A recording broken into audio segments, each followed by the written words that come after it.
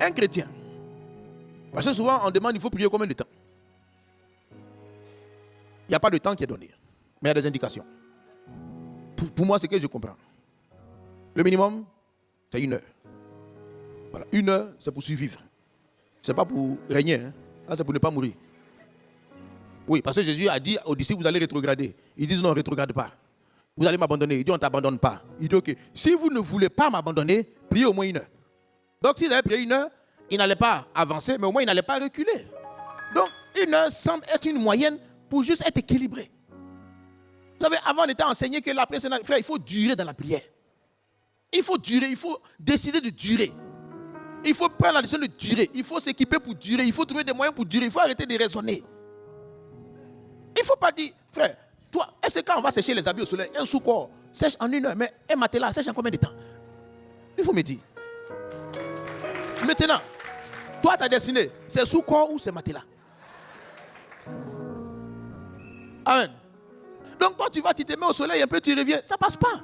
La prière n'est pas un acte pour faire plaisir à quiconque. C'est pour exister, pour établir sa liaison. Et quand la liaison est expliquée, le ciel est ouvert. Il dit, je voyais le ciel ouvert, les anges monter et descendre. Et c'est en ce moment qu'on reçoit des exaucements, c'est au moment qu'on peut parler et on peut aller opérer. Mais si le ciel est fermé, c'est comme quelqu'un qui est en train de travailler sur un terrain, son GPS est éteint. On ne peut pas l'orienter.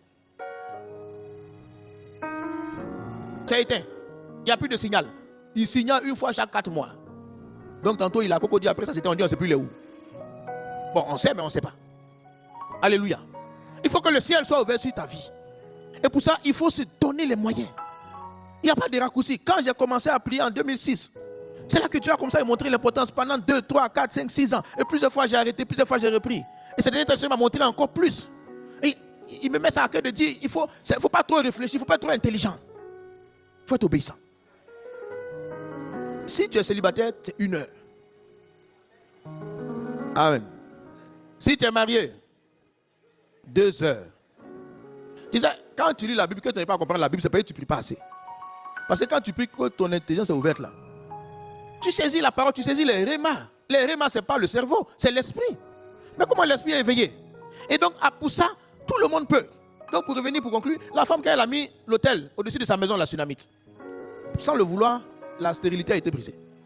Sans qu'elle demande. Même quand on lui dit qu'il veut quoi, elle dit j'ai besoin de rien. Parce qu'en fait, elle se contentait de sa vie. Mais juste à cause de la présence de cet hôtel-là, Dieu a commencé à combattre ses combats. Maintenant, l'enfant est né. Il a eu 15 ans peut-être. Et le diable est venu à la rescousse, est venu encore l'attaquer. Et l'enfant est mort. Oh, l'enfant est mort. Mais pourquoi Dieu commence et puis il meurt? Mais tout ce qui est né de Dieu triomphe du monde. Tout ce qui est enfanté sur la base d'alliance triomphe. Et la femme était tellement spirituelle qu'elle a pris le corps de l'enfant, pas pour l'amener au cimetière, pour l'amener sur le lit de l'homme de Dieu. Parce que quelqu'un qui a son état de prière, sait quel que soit le problème qu'il a en ville, il sait où il va aller pour recevoir la force. Quel que soit ce que tu vas lui dire, laisse-lui un peu de temps, il va retourner à la maison. Il va aller se revigorer. Elle a posé l'enfant là. Et quand elle a posé l'enfant là, regarde son attitude. Elle dit à son mari, elle dit je vais voir le pasteur. Il demande à sa femme, il y a quoi? Il n'y a pas de lune de sacrifice. Elle dit tout va bien. Est-ce qu'une femme normale, après la mort de son enfant, peut dire que tout va bien? Non. Si ce n'est pas que le ciel est ouvert sur sa tête, elle ne peut pas faire ça. Elle couche l'enfant, regarde son mari, elle dit tout va bien. Hey, comment tout va bien? Amen. Elle va vers Élisée. Géasi la regarde, tout va bien. Et elle dit à l'homme de Dieu, ce que Dieu commence là, il achève. Le canal est ouvert. Parce que tout ce qui est né de Dieu triomphe du monde. C'est-à-dire tout ce qui est enfanté dans la présence de Dieu suivi à toute attaque.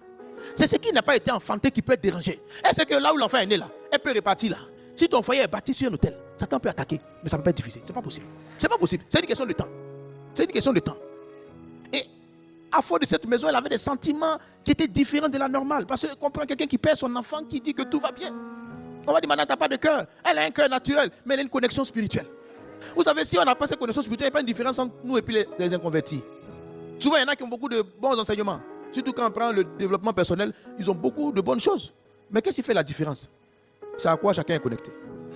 Nous, on peut recevoir des choses plus grandes. On peut recevoir. Et c'est ça. C'est juste du courage. Et je prie que le Seigneur te donne le courage.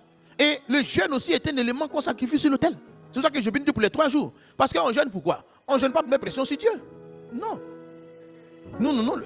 Frère, si tu jeûnes pour mettre la pression sur Dieu, tu vas souffrir. Dieu, on peut mettre pression sur lui. Hein? Non. Hein?